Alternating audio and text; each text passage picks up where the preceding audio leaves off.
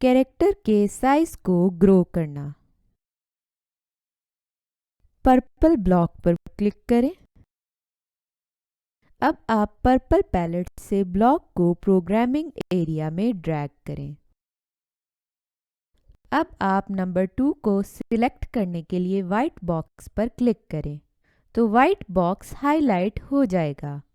अब 2 पर क्लिक करें। अब आप 0 पर क्लिक करें। अब आप ब्लू ब्लॉक को अनसिलेक्ट कर दें।